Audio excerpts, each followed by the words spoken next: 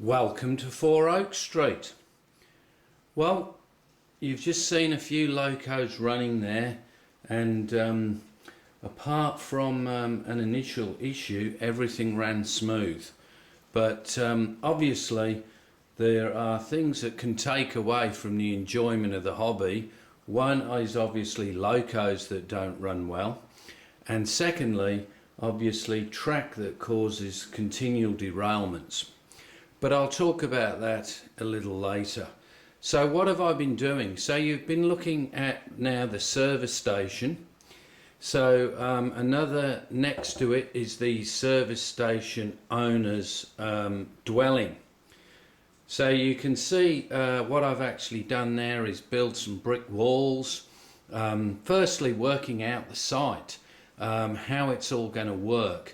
Knowing that cars would be coming across the bridge and you need some area to pull in, and also the owner's property next door. So you can see this guy's doing quite well. Looks like he's got some sort of a Daimler, but he's got very nice lawns, a nice gate there, and also waiting for plants to go in around the edge of his lawn. So there's a chance that his customers might think he's actually doing a little too well. So will they go to the other service station that will be in the area above the helix? So fair bit of time spent on this as always, which we all know.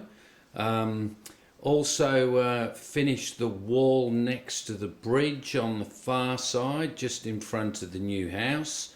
So the bridge now is, I suppose people won't be able to fall through now. Still more work to do on the side of the service station. You'll also notice now we have some more vehicles. So we have a bus there, one that I used to see a lot in Birmingham. That one is heading towards Quinton. You'll also see in the bus station there more buses. Also, if I zoom in, you'll see a petrol pump and some tanks, which I'll go around and show you a bit more of. So there are the tanks, and you'll also see that there are now some bus stops which are the concrete style, so that's looking from above. These are from Scale Model Scenery. Once again, one of their models, very good, bit fiddly, but you expect that with Engage, but great to look at. You'll see a pump there that I've sort of made myself next to the fuel tanks, and if we look, you can now see a better view of the service station, the bridge, and the actual service station itself. Here comes the Class 37. I was just about to say it's always good when they've still got their lights on, because then you know that the contact's been pretty good. We'll just see it go through the station throat.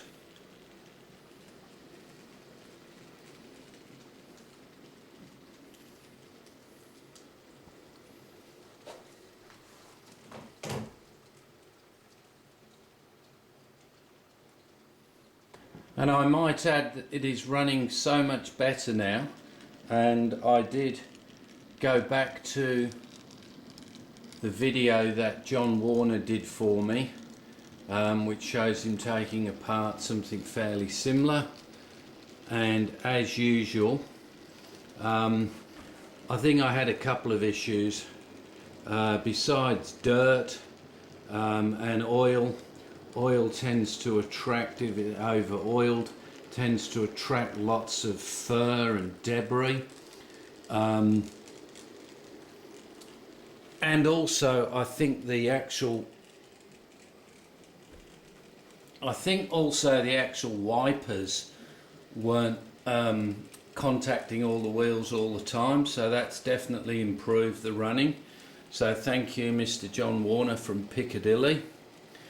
And that leads me on to, I suppose, the other thing, which is quite often, particularly here in Australia and particularly with my house, I seem to get a lot of dust.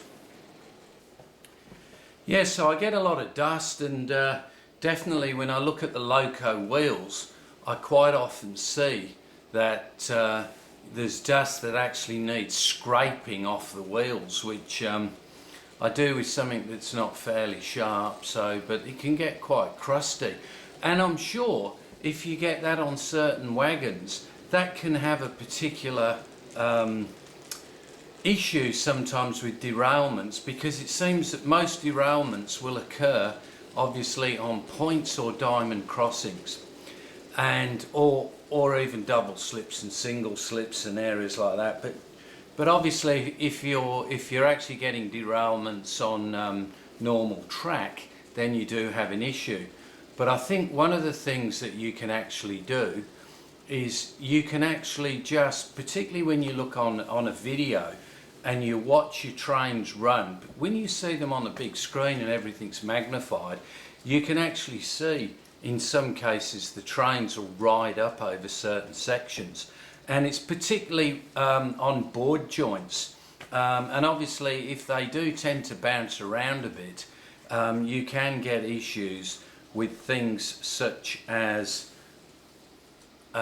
just things becoming uncoupled.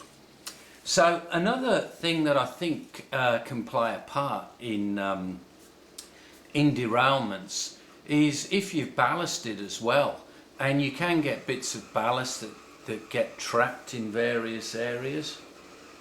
So that's definitely another thing to look out for. I'm just going to run the Deltic. I'll just get that moving now. We'll give that a bit of a run.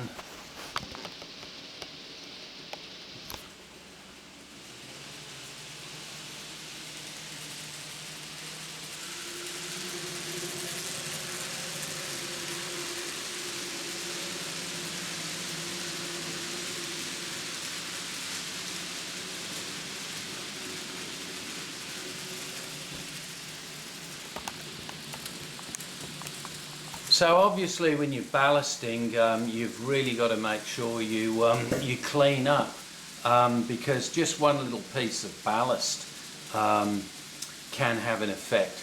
The other thing as well is obviously certain rolling stock can be more prone than others, and I know on the bigger scales they often talk about checking the width between each wheel.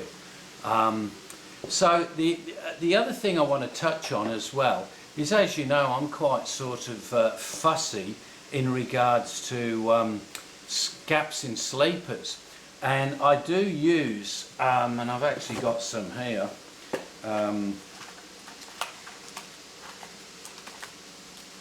I do use these sleepers to fill in the gaps, but I also think that particularly around points, if you have a gap and you use these sleepers to fill that gap, I think once the tracks, that sort of keeps the track in the right form, and then obviously if you ballast, then that just makes it sort of permanent.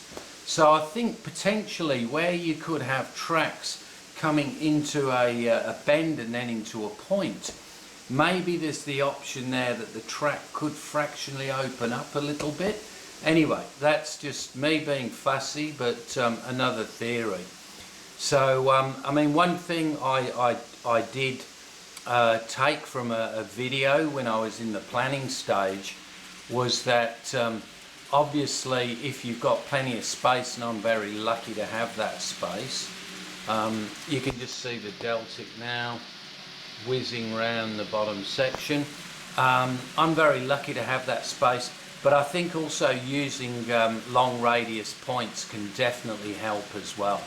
So those are my tips. Obviously not everybody's got a huge amount of space, but obviously if you can, try and avoid those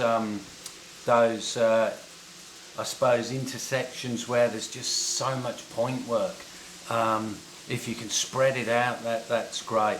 But I know some of the areas, you know, where people are modelling actual areas where there's just dozens of points. It's pretty hard. So anyway, that's my tips. So that's where I'm at. It's Sunday here. We've had huge rain. I'll be getting up early in the morning to have a look, see if England, I know it's a big thing in England, but thanks again for all the comments, and I'm enjoying seeing all the layouts. There's some absolute crackers being put together, and so yeah, hope all goes well, and see you on the next one. Bye.